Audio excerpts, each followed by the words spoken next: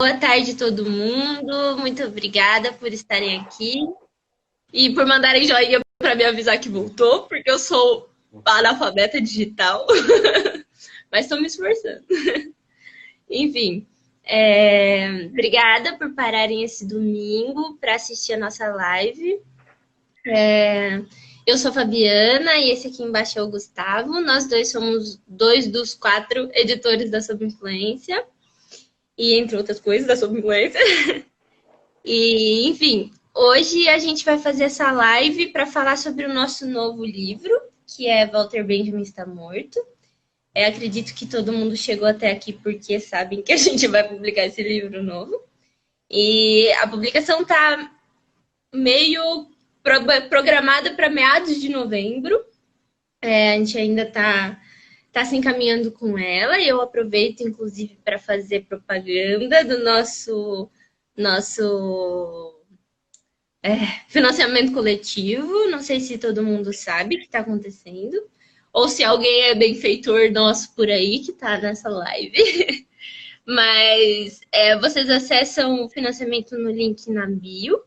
Ou então você pode entrar em benfeitoria.com ou .br.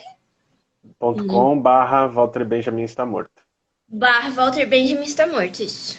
E aí, chequem lá, tem várias modalidades de benfeitoria, de financiamento que você pode escolher para ajudar a gente nesse livro. Lembrando que nós somos uma editora independente, então nós não recebemos nenhum insumo de nenhuma parte. Na verdade, é 100% uma entrega. Então, nesse financiamento, como esse livro vai ser um livro de grande tiragem, e vai ser o nosso maior livro até agora, né? O nosso terceiro livro.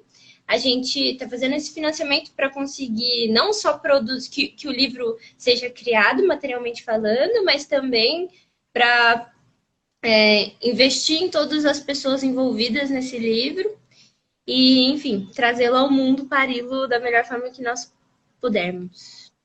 E, Gu, você quer se apresentar? Bom, melhor, né? Obrigado, Fabi. Meu nome é Gustavo Raci. Eu sou, como a Fabi disse, um dos 4 editores, curadores, tradutores da Sob Influência. E eu sou especificamente organizador e tradutor dessa nossa nova publicação, né? Que é o Walter Benjamin Está Morto, né? Que o título foi dado pelo Rodrigo, que é um título que eu gosto muito, inclusive, e que acho que faz muito sentido para pensar, inclusive, a importância desse filósofo hoje, né? E, bom, acho que a ideia era a gente vir aqui conversar, né, sobre esse projeto, que está sendo financiado publicamente, né, por vocês. Inclusive, obrigado a todos os que já ajudaram a gente, né, já financiaram o projeto. E São Paulo. Enfim, a gente também queria, né, a gente até abriu um stories para as pessoas mandarem perguntas que a gente vai responder, e fiquem à vontade para mandar também aqui as perguntas, né, a gente tá vendo tudo, fica de olho, que aí a gente vai tentando responder tudo. O suporte técnico, que é o Alex, no caso, está aqui do lado, mandando as perguntas. Obrigada, suporte. Enfim, eu esqueci desse detalhe de agradecer todo mundo que já participou do Benfeitoria, que, nossa, esse livro é um salto pra gente, né? E a gente tem muito afeto e muito zelo por ele. Ele está sendo gestado já há um tempinho e sem as pessoas apoiando o livro, nós não seríamos capazes de criá-lo. E, enfim, e nós esperamos muito, como todos os outros, que eles conversem e criem novos espaços dentro das pessoas que, né, o possuam. Olha, temos uma pergunta. Muito Já obrigada, temos uma Eva pergunta.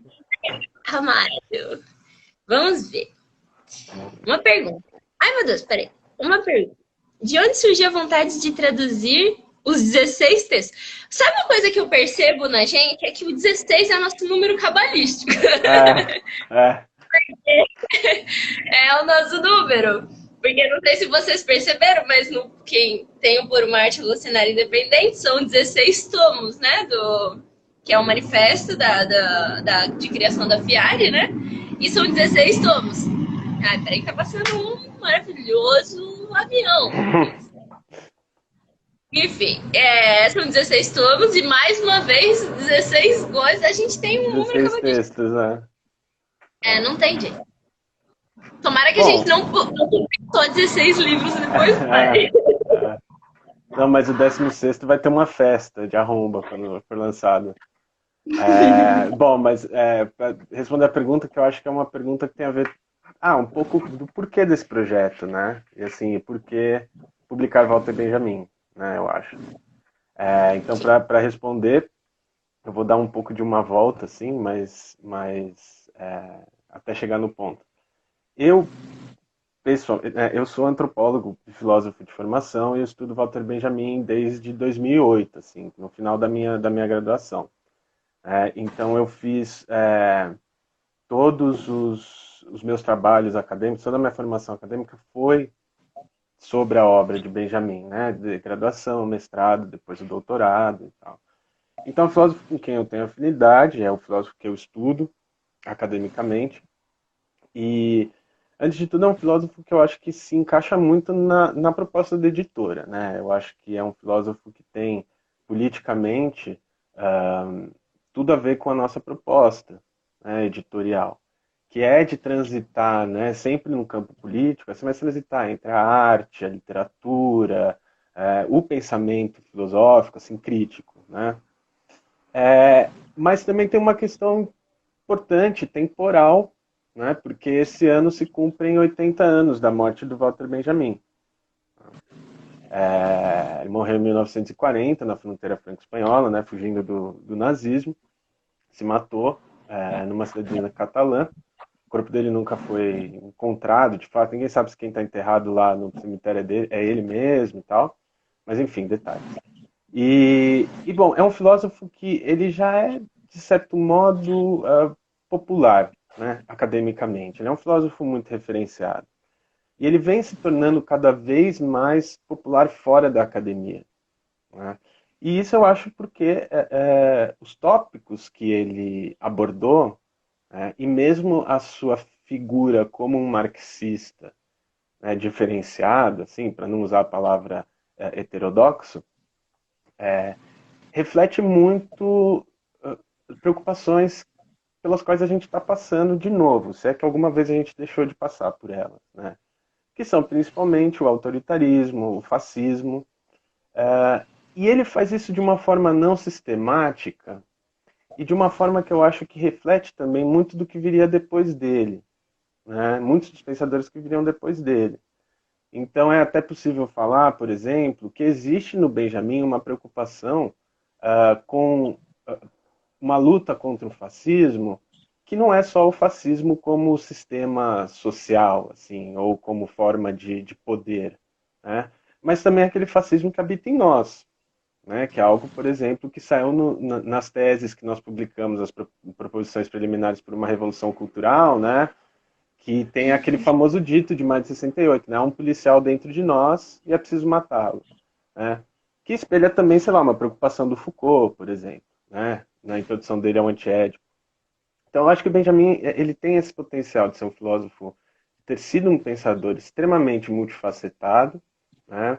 O seu caráter antissistêmico dá a ele uma profundidade quase literária, né? Os textos dele são extremamente literários, poéticos, muitas vezes, né? E isso também dificulta muito, eu acho, a compreensão do Benjamin, né? O que faz com que ele se mantenha sempre interessante.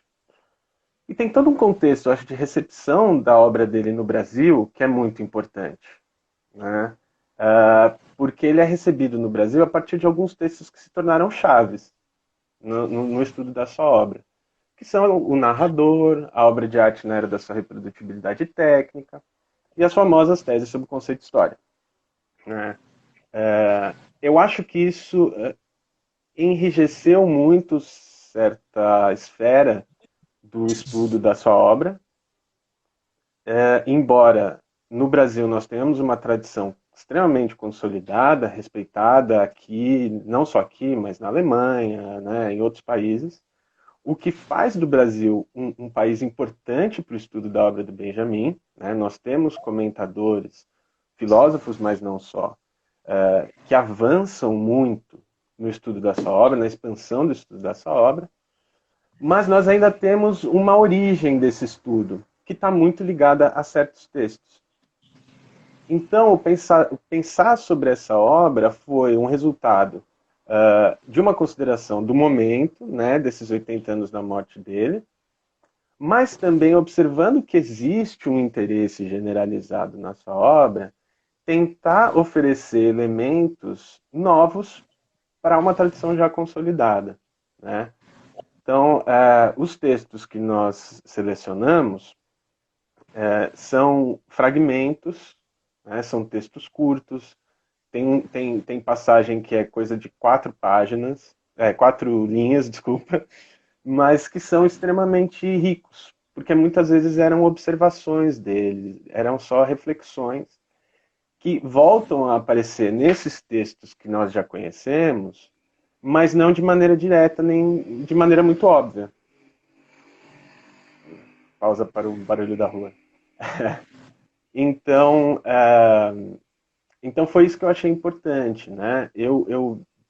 Por já vir estudando a obra dele há um tempo razoavelmente considerável, assim, para a nossa idade, né? Eu comecei a buscar esses fragmentos que poderiam colaborar para essas discussões que já são, de certo modo, conhecidas, né? São comuns, assim, comuns não no mau sentido, mas são corriqueiras, né? Estão presentes, né? Então eu fiz isso a partir de 4 tópicos. 5, desculpa. Eu pensei na divisão do livro em 5 tópicos. Né? Cada tópico representa uma reflexão, né? É resultado de uma reflexão sobre temas que se repetem no que diz respeito aos estudos sobre Walter Benjamin. Né? Esses textos foram todos, à exceção de um, foram todos escritos em alemão. O ensaio sobre o Johann Jakob Bachhofen foi escrito originalmente em francês, então esse texto foi traduzido do francês. Os outros textos foram traduzidos a partir do inglês com consultoria no original alemão. E alguns trechos dos fragmentos de comentários às teses sobre o conceito de história foram traduzidos direto do alemão. Né? Acho que é isso. A apresentação assim, de por que discutir Walter Benjamin. Né? É isso, então, uma tentativa de apresentar reflexões importantes para o que a gente está vivendo agora, né? Mas, ao mesmo tempo, expandir, né, nas referências sobre esse autor que se torna cada vez mais popular. Né? Então, talvez uma tentativa de sair um pouco de uma certa obviedade, né, de trazer mais referências para as pessoas terem mais, para os leitores poderem expandir o rol de textos mesmo à disposição. Eu acho que uma coisa importante de dizer sobre esse texto também é o fato de que ele não é um texto, assim, a priori ele não é um texto sistematicamente filosófico, né? Ele segue uma linha muito própria do próprio Walter Benjamin, que são esses fragmentos poéticos de construção de um raciocínio, né? Que formam essa esfera filosófica que é o Walter Benjamin, né? Então ele não segue um pragmatismo lógico. Embora muitos, vocês vão ver depois, né, no livro, muitas entradas desse livro parecem fórmulas matemáticas, né, de associação direta e como se fosse um caderninho, sabe, de sonhos. E acho que essa é a coisa mais legal, assim, pelo menos para mim, né, que sou suspeita de dizer, mas assim, essa prática filosófica de fragmentos poéticos, assim, fragmentos poéticos de construção de uma filosofia. Gu, você pode comentar Sim. um pouco sobre esse processo de construção do pensamento do Walter Benjamin? Sim. Pois é, então, o Benjamin, ele não é um pensador sistemático, né? Embora seja possível pensá-lo sistematicamente, né? E até acho que para alguns tópicos é interessante fazê-lo porque existe uma certa sistematicidade, né? Em alguns textos, a forma como ele aborda certos tópicos. Mas ele é um pensador extremamente, como dizer, é isso, ele pensa por imagens, né? Ele é poético porque ele tem um trabalho na língua alemã que é extremamente rebuscado, e ele é um escritor que invoca muitas imagens. Então ele não pensa de forma linear. E nem sempre também de forma circular, mas meio espiral. É uma coisa meio espiral, né? Ele às vezes ele parte de um objeto que ele desenvolve por um objeto que parece não ter correlação nenhuma e que você só vai entender lá no fim, né? Sim. Então, tanto que, desculpa, tanto Normal. que quando você começa a estudar os cadernos de anotação dele, né, todos, que ficou tudo na Biblioteca Nacional de Paris e tal, ele era um pensador que fichava os textos a partir de siglas e cores, né, e ele ia relacionando as ideias a partir daí. Então, esses textos, como você falou, eles não vão ter uma linearidade necessariamente muito aparente. Mas o nosso trabalho, o esforço foi de colocá-los em tópicos para que fique claro a que ele se relaciona numa primeira instância e daí poder fazer relações, né? Então, é por isso que tem uns textos que é isso, parece uma fórmula matemática. Ele elenca uma coisa, põe um tracinho, outra coisa no lado, né? E você fica Sim. meio, tá, como é que eu desvendo isso? E eu acho É, que... Fala, fala.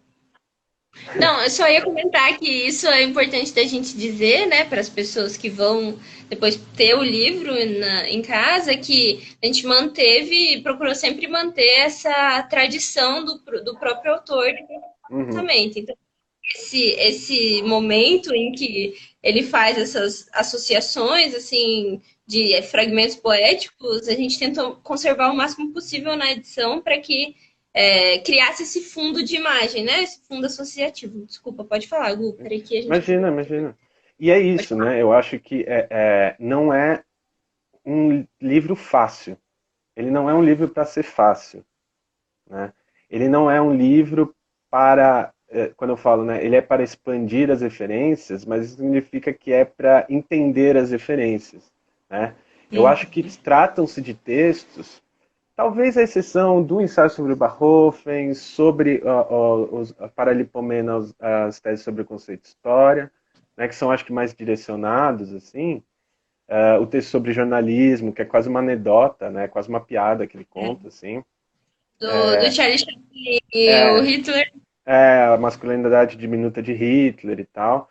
Mas são textos para serem experimentados, eu acho. É, Né? isso. Isso Isso é tem muito a legal. Isso eu acho que tem a Desculpa. ver com, imagina, eu acho que tem a ver até mesmo com, acho que a primeira sessão, né, Teoria do Conhecimento, é fundamental para isso. Eu acho que faz sentido que ela abra o livro exatamente por isso, né? Então, os temas, só para explicar para quem está nos vendo, os 5 temas do livro são Teoria do Conhecimento, História, Política, Arte e Crítica. Né? Teoria do Conhecimento abre o livro. E por que a gente escolheu isso? Porque é um tema que está presente através de toda a obra dele, principalmente nos seus primeiros anos, né, de escrita, mas que dificilmente é abordado nesse sentido, assim, nesse campo que a gente chama de teoria do conhecimento, epistemologia e tal, né? Mas foi muito presente. E vai aparecer, vai ser constante. O que ele fala, o que ele pensa sobre como o pensamento se constrói, né, o que é pensamento, a diferença entre conhecimento e saber, etc., vai aparecer ao longo de toda a sua obra. Mas é muito difícil nós vermos algo falando, a epistemologia de Walter Benjamin. E a gente não está tentando com isso instaurar uma epistemologia de Walter Benjamin, assim. mas prover assim, uma evidência de como isso também está presente. Né? Porque ele é um pensador, como a gente está falando, ele é elíptico, espiral, não sei o pensamento dele, né? Então, ele é um cara que vai passar por muitas tradições. E ele nunca vai negar nenhuma delas, mesmo quando ele muda de direção, né? Então, assim, ele começa como estudante, ele é um kantiano, né? Ele está estudando Kant, ele está discutindo toda a filosofia idealista do Kant. Depois ele vai passar para o barroco, né? Para o barroco alemão, ou para o drama lutuoso alemão, né? Que seria a tradução mais correta, né? E ele vai pensar o pensamento barroco, ele vai estudar Leibniz, né? Ele vai estudar os pensadores do século XVII. Depois ele passa para o romantismo, né? Para o romantismo alemão. Aí ele vai formar o seu conceito de crítica a partir do romantismo alemão. Aí ele tem um período que ele é anarquista, né? Então ele vai ler Georges Orwell, vai falar sobre as reflexões sobre a violência, vai falar de direito, vai falar de lei, de justiça. Aí ele chega no marxismo, né? Tudo isso, além de tudo, informado pelo interesse dele em teologia, né? E principalmente no judaísmo, não só, mas principalmente no judaísmo, né? Então, e ele não abandona nenhuma dessas raízes, né? Então essas coisas começam a se misturar e vão formando esse mosaico, essa não é uma bricolagem, eu acho que é um mosaico mesmo, assim, né? De pensamentos e de referências. Mas tudo continua presente. Nossa, gente, desculpem. Não, tá tranquilo. Tá Tá mais tranquilo? tranquilo. Tem um barulhão aqui. E todas essas referências continuam presentes, né? Então eu acho que também a organização do livro é uma tentativa de não deixar isso de lado. Assim, vai ter coisa que vai parecer, pô, mas de onde isso está vindo? Né? Muitas vezes vai estar vindo de. As pessoas já vão ter passado pelos textos que são mais canônicos, né? E são resultado exatamente dessa grande amálgama que ele faz de raízes completamente diferentes. Né? Eu acho que isso é uma coisa legal também, né, da gente comentar, que esse livro é um livro de experiências, assim.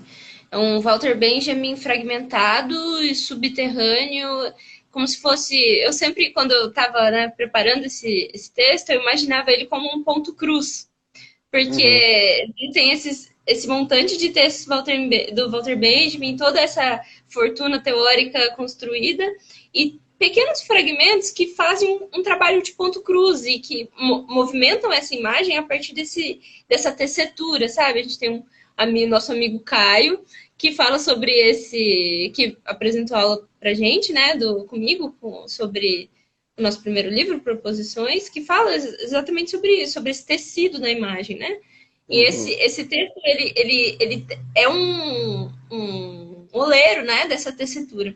E é muito importante também dizer que não necessariamente esse livro ele é um ponto a mais na filosofia do Walter Benjamin, ou sei lá, um ponto de convergência ou de divergência na teoria do Walter Benjamin. Muito pelo uhum, contrário. Ele é um ponto de fundo, né? O fundo da imagem, né? Aquele fundo que é invisível e que é imaginário, né? É o fundo da experiência da imagem, que é esse fundo invisível e uhum. imaginário. E o Natan fez uma pergunta aqui pra gente muito bonitinha. Obrigada, Natan. Que ele perguntou se o Walter Benjamin fosse um objeto na loja de departamentos, que objeto ele seria? Na loja de Pois departamentos. é, eu vi aqui a pergunta. Antes, só para amarrar uma coisa. Oi? Alex veio até me avisar, não esquece da pergunta do...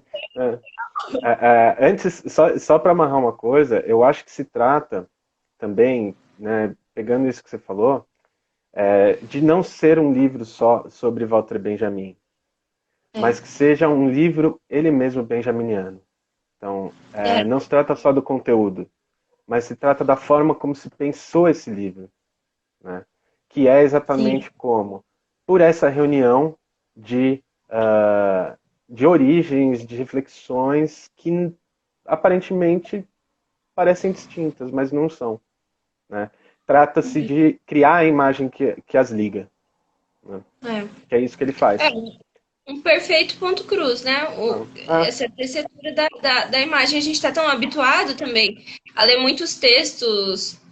por exemplo, o próprio Michel Louvi, né, escrevendo textos sobre o Walter Benjamin, enfim, muito se é dito sobre o Walter Benjamin e sobre o texto benjaminiano, mas pouco se é dito do próprio Benjamin sobre o que é essa imagem benjaminiana, né? Eu acho que esse livro vem para também fazer essa função, assim, o esse livro é um Benjamin benjaminiano, né? Porque nem É, sempre ele foi. Benjamin nem é. sempre foi benjaminiano. Ele Esse é nem o sempre é trabalhado benjaminianamente, né? É isso. É. Eu acho que é, é essa tentativa, assim. sim. Agora, o que objeto ele seria numa loja de departamento? Ah, eu realmente não sei. Eu acho que talvez ele fosse uma... Alguém falou. Aquela... É, falou um aspirador, né? Pode ser. Pode ser. Eu pensei naquela jarra de abacaxi, sabe? Eu Ah, acho que ele poderia ridículo! ser isso, assim. Porque então, é meio aquela coisa, embora ele, né, ele até fala do Kit, né? Ele é um dos pensadores do Kit também, né? Não porque ele fosse, mas eu acho que numa loja de departamentos ele seria algo Kit. Que é aquilo que todo Gente, ou um pinguim de geladeira, sabe? não! Benjamin ia ser o brinquedo de criança. Pode Ah, ser não, também, pode ser, não sei se pode todo mundo ser. sabe, mas o Benjamin tinha essa tara muito Ele era esquisita colecionador de brinquedos de crianças, né? de brinquedos de criança. Foi um E dos eu poucos acho que patrimônios dele, da vida inteira. a vida toda, brinquedos de Ah, criança. E é engraçado que eu sempre faço essa análise, porque eu gosto muito dos textos do Benjamin sobre o Ângelos Novos, né? E eu sou muito fã do Klee. E o Klee começou o seu Quina do Sofá, que é a também Mari. gostou do brinquedo. É, enfim, eu até esqueci o que eu tava falando. Ah, do Polk. Que o Polk começou a sua trajetória como artista fabricando brinquedos Fantoche. Tem que fazer de fantoche, né? fantoche. Sim, eu Sim. fiquei pensando, é certeza que foi por isso que o Walter Benjamin se interessou por fantoche. Não, Ele só quis dar essa do Ângelos Novos, mas ele estava não. interessado em Nos fantoche. fantoches, é. É, eu acho, É. mas é que quando a pergunta foi feita, a primeira coisa que eu pensei, eu li loja de departamento, mas por algum motivo eu pensei apartamento só. O que que ele seria dentro de um apartamento? E na hora eu pensei que ele seria uma bola de meia, se ele fosse um objeto de um apartamento. Porque é uma De imagem que ele usa, é uma imagem que ele usa, né?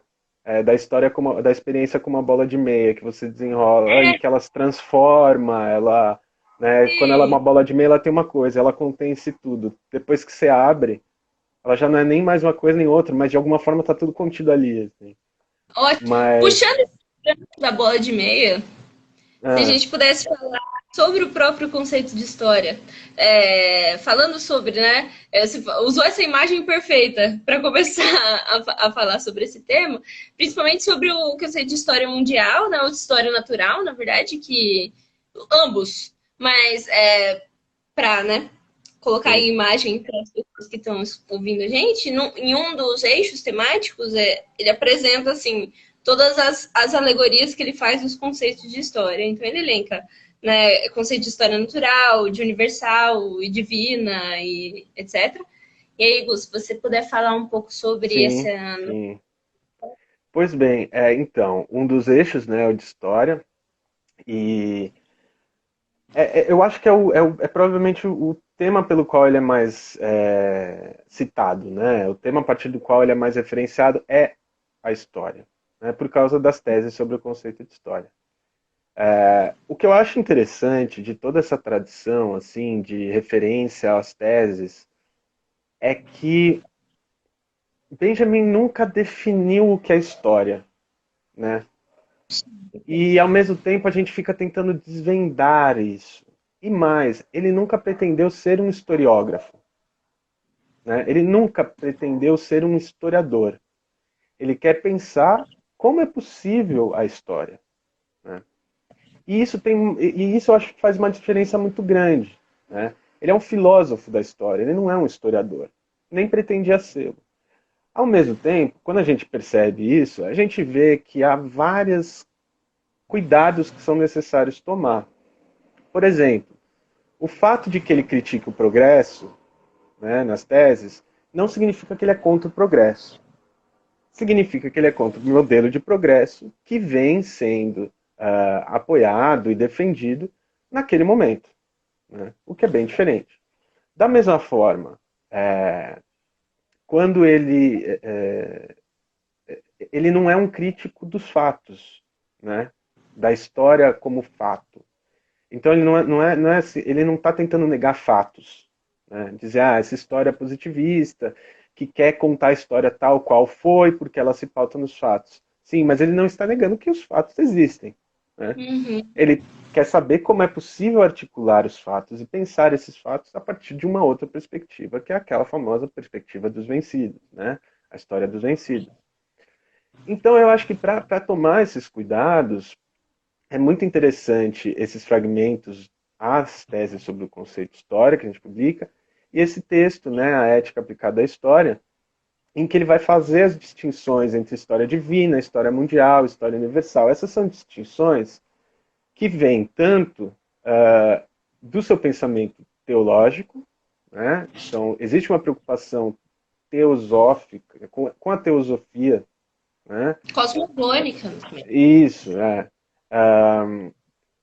em entender o que é Deus, né? E qual o papel de Deus na história. Por quê? Porque a história humana é feita sempre em relação a um transcendente, né? E ao mesmo tempo, o que é a história humana, né? Ou história mundial, né? A história mundial é o termo que ele usa para falar da história do mundo. É algo que se opõe à história natural. História natural seria a história da natureza. Então, assim, a história do planeta, dos ciclos orbitais, da geologia, sobre aquilo sobre o qual a gente não tem domínio, nós humanos não temos domínio, e por isso criamos a nossa história, e também por isso somos levados a criar o transcendente, a buscar o transcendente. Porque a gente precisa entender o sentido das coisas, principalmente quando a gente não vive num mundo sobre o qual a gente não tem controle, né? Um mundo que é todo poderoso, né? Isso tem a ver com as distinções que ele faz, por exemplo, entre mito e história. Benjamin vai sair da tradição filosófica de pensar a história, ou pensar a filosofia, né, e pensar o próprio pensamento a partir da oposição mito e logos, né, Perfeito. que é o paradigma clássico da filosofia, né. Ele vai pensar a diferença entre mito e religião, como fundador da história mundial, né. Então, a gente está se desvia, né, desses paradigmas clássicos da filosofia, né? Então, quando a gente lê as teses sobre o conceito de história e alguns outros textos em que ele trata de história e que também já são meio canônicos, até, por exemplo, na sua tese de doutorado sobre a crítica, o conceito de crítica de arte no romantismo alemão, nós nos deparamos com todas essas diferenciações que parecem um pouco crípticas. Parecem não, que são extremamente críticas. Isso não é exclusivo do Benjamin, né? Adorno também trabalha com essas perspectivas, Horkheimer também trabalha com essas perspectivas, né?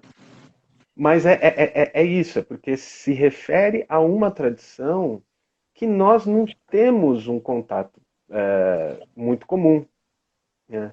Então, aparece no livro como essa tentativa de apresentar exatamente esses conceitos. Olha, ele está falando de história, mas ele está falando de história mundial, de história universal, de história natural e de história divina. Bom, o que isso significa? Cada um vai ser pensado de um certo modo e vai servir para que ele articule exatamente o que ele pensa que deva ser a história, né?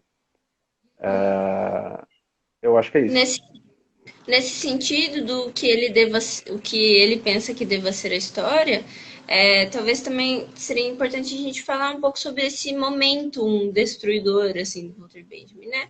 Nessa questão de ganhar o jogo, né? O que é ganhar o jogo, essa história humana como esse jogo.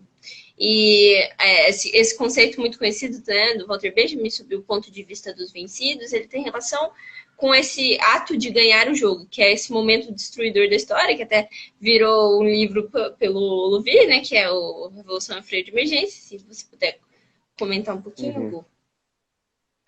Eu acho que então, eu acho que antes de tudo não seria um ato destruidor, né? Seria o único ato criador. Eu acho que é Sim, isso, né? destruição como uma É, criação. é, Lembrei, inclusive, eu não vou lembrar agora exatamente de quem, mas tem nas teses sobre o conceito de história, tem um epílogo que fala sobre isso, que a destruição é a única criação. Eu vou saber. Só um tem pouquinho, a porque eu epígrafe anotei de antes uma das de começar. teses, é. Mas é isso, né? É porque é isso. Ele vai partir de uma contradição distinta à da filosofia clássica, ou seja, a filosofia e a história não surgem da oposição mito e logos, mas da oposição mito e religião. Portanto, ele vai fundar a história, ele vai ver o momento fundante da história humana na fundação das religiões monoteístas, né? Porque é o momento em que, resumido a um Deus único, o homem, a humanidade encontra em si mesmo a imagem de Deus. Né? Importante para isso é o que é o mito do Gênesis, né? Da queda do humano, da expulsão do Jardim do Éden, que serve para ele como uma alegoria para inúmeras coisas. Né? E, Sim. de certo modo, ele vai olhar para todas essas alegorias com a forma: olha, o esforço que a gente está fazendo, na verdade, é porque a gente precisa restituir, a gente precisa se redimir. A humanidade perdeu algo e ela precisa ser redimida. Né? Mas é ela que tem que fazer isso. Né? É ela mesma que tem que fazer isso. Isso é um reflexo do que? É um reflexo do esforço da humanidade em realizar a sua tarefa divina. Né? É claro que isso Uhum. não significa. É que às vezes eu protesto um pouco assim contra as leituras rabínicas de Benjamin, né, que transformam ele Sim, num grande rabino. é, Porque, afinal, necessariamente como messiânico, né? porque é claro que ele está falando a partir da religião, e é claro que ele é religioso, né, ele é um pensador religioso. Mas eu não vejo muito qual a importância disso, assim, né, disso pessoalmente, assim, dele enquanto uma pessoa religiosa. Né? Porque o que ele está fazendo é construindo uma grande alegoria. Ele está construindo uma imagem. Né? Por quê? Porque ele, a partir de certo ponto da vida, vai começar a duvidar, não sei se duvidar, mas ele vai ser reticente ao que ele passa a observar também. Nesses esforços de promover a Tá travando um revolução. pouco, Opa, deixa eu me se mexer um falar um pouco aqui. pouquinho mais Melhora? devagar, talvez. Tá. Eu acho que em certo ponto ele passa a ficar reticente a muito do que está acontecendo, porque ele vê, bom, todo esse esforço que está sendo promovido politicamente, todas as resistências que vêm sendo criadas e tal, elas ainda estão operando aonde? Elas são, primeiro, elas são essencialmente modernas, então elas estão operando a partir de paradigmas modernos, de iluminismo, de secularização, e ele, como um pensador que tinha contato, né, com as ciências da religião, com a teologia, ele fala, olha, tem um problema aí, porque a gente não é secularizado. A gente, essa ideia do iluminismo, que é o que Adorno e Horkheimer também vão criticar, que é o que, enfim, nós podemos criticar hoje, inclusive, né, essa fé na racionalidade. Bom, a fé continua aí. Portanto, a gente não é secular. Né? Então, a gente precisa restituir as coisas às suas ordens, de certo modo, aos seus lugares, aos seus campos, e trabalhar com isso. Por isso que a teologia vai ser fundamental para ele. E por isso que ele vai colocar ela lá como um anão escondido, né, é a figura da primeira tese sobre o conceito de história. Né? Tem o autômato, é o boneco que joga xadrez, e embaixo da mesa de xadrez tem um anão corcunda que fica mexendo as cordinhas para o boneco jogar. O boneco é o materialismo histórico e o anão é a teologia. Né? É quase como se ele tivesse um ponto de vista antropológico, né, materialista, que ele de fato tem, vai falar, olha, existe algo que é próprio ao humano, que é um esforço pela redenção, que é algo que é, né, essencialmente religioso. Né? Sim. E E isso essa é não uma das. significa religião organizada, institucional. Não, é um pensamento, é uma pulsão, é um impulso. que é religioso? Porque está no É. além, está na Essa ultratumba. desculpa, Imagina, fala. tá um delay na voz, por isso eu tô te interrompendo. Desculpa. Imagina. Essa é uma das principais pontos de encontro, um dos principais pontos de encontro do Walter Benjamin com o próprio pensamento surrealista, né? Uhum. Que é esse foi esse sequestro do mito pelo catolicismo, pelas religiões de organização, né? Que ele propõe esse retorno ao mito não eclesiástico, um mito, a palavra do divino, retorno ao divino, mas não religioso, um divino não religioso. É, Né? é isso.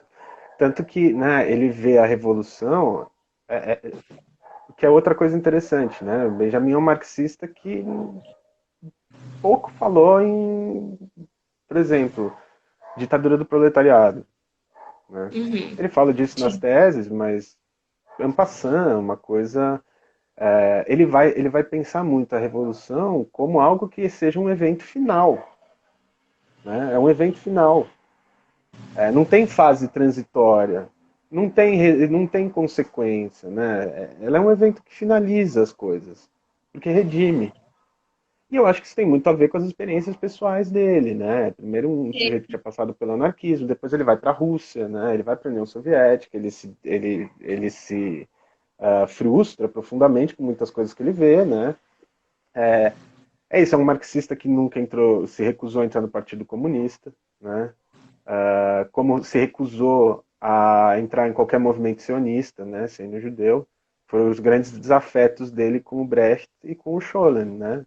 Nenhum dos dois Sim. conseguiu conquistar ele nem para o Partido Comunista nem para o sionismo, né? É isso, ele é um pensador do limiar, né? Ele é um pensador que está sempre na fronteira. Ele E é um pensador que está numa passagem. você percebe esse que ele é habitante desse rasgo em todos os momentos da filosofia dele, né? Inclusive, Sim, é o que gera, por exemplo, a ignição de que ele escreva sobre a própria percepção, né?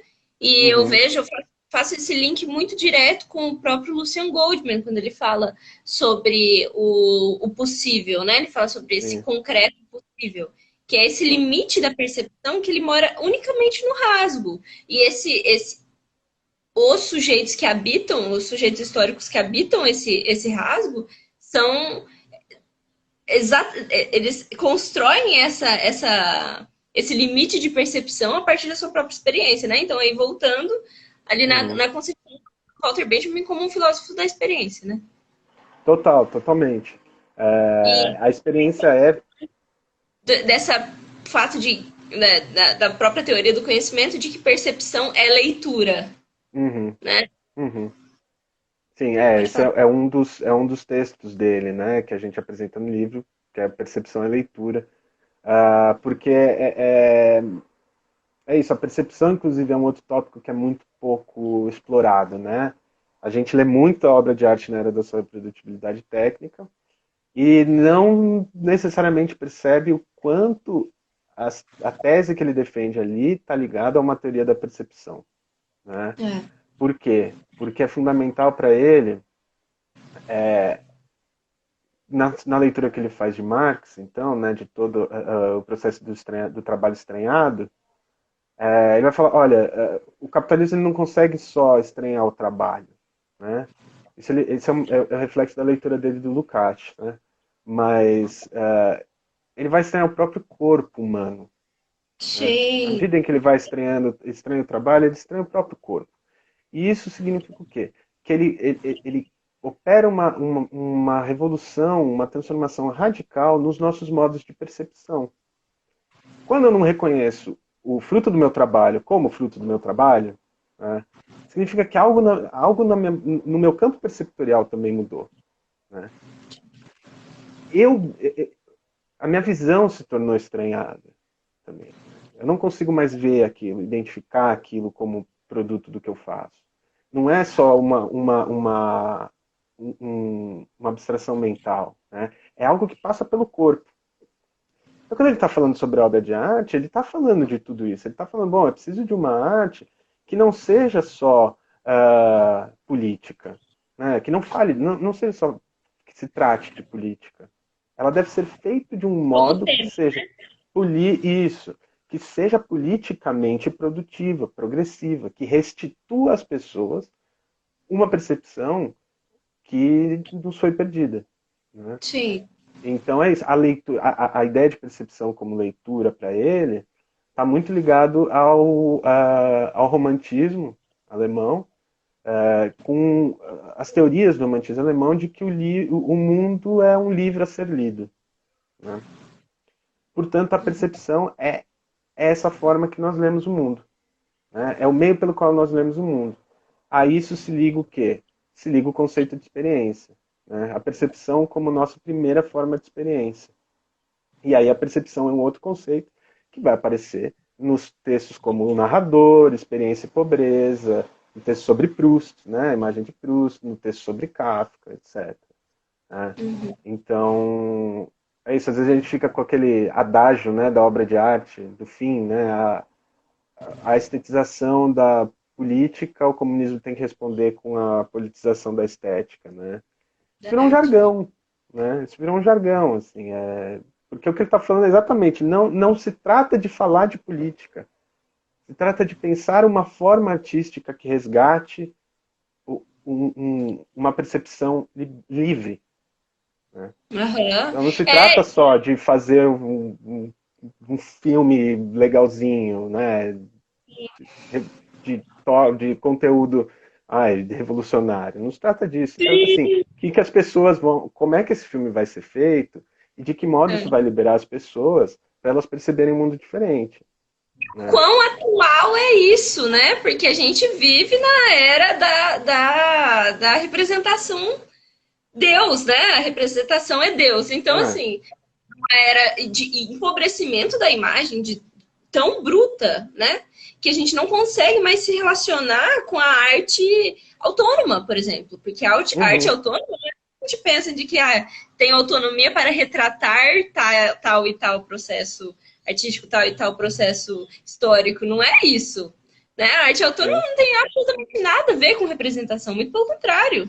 Né? Ela é que produz esse fundo oco, produz esse vazio que te permite, assim, então, se distrair o suficiente para que você, assim, observe o limite da realidade, né? Esse mais real, esse Uhum. real que é mais real, né? Que é esse real Sim. possível, que é o real do Sim. Lucien Gold, né? Uhum. Então, E a distração, você falou de se distrair, é extremamente importante. Inclusive é outro texto que aparece, né? Que é a teoria da distração. Que ele fala, é usado, né? Hoje, no nosso conhecimento, nossa fala de distração, o conceito de distração é um conceito completamente mal usado, né, hoje, que não nada a ver com o que a gente está querendo dizer aqui, né? Pode falar. sim, ele vai perceber a possibilidade, né, desse resgate, dessa reconstituição de uma percepção liberta, inclusive a partir da distração. Então ele tem uma teoria da distração, né? Porque baseado nas leituras dele de Freud, né, principalmente, mas ele vai falar, olha, dado que a gente vive num mundo em que todos os nossos estímulos são intensificados à enésima potência, que nós não temos tempo de elaborar todos os choques que a gente recebe, elaborar psicanaliticamente, né? Trabalhar aquilo mentalmente. Que o nosso próprio corpo passa por pressões tão contínuas e tão extremas que nós não conseguimos dar conta, não dá para a gente pensar em resistir a isso a partir de uma pedagogia da atenção, de uma disciplina, de um rigor da atenção. Ah, não, pelo contrário, a única forma da gente liberar o inconsciente é quando a gente se distrair. Porque vai ser a E distração que vai permitir o livre trabalho, a livre associação de ideias e, consequentemente, a descoberta de um lampejo, né? A promoção de um lampejo de sensações que nós não conseguimos ter porque a gente tem uma demanda constante de pensar de determinado modo, de ter uma disciplina física, mental, que responde ao modo de produção, etc, etc. perfeito. E o quão isso tão recusado pelo pensamento ocidental de uma forma extrema, porque assim, a gente acabou com a nossa aceitação dos limites da meditação, filosofia da meditação, ou, por exemplo, dentro da própria poesia surrealista, por exemplo, essa fortuna e tradição do sono, sabe? A gente tem, por exemplo, o Robert Desnos, que é conhecido como poeta insone, porque ele toma parte dessa filosofia do sono, né? Peraí, só um pouquinho, que parece que vai acabar a nossa live, peraí. Vai acabar. Nosso tempo acaba Vai em acabar 3 o minutos. tempo. A gente vai A gente fechar. pode voltar, a gente volta.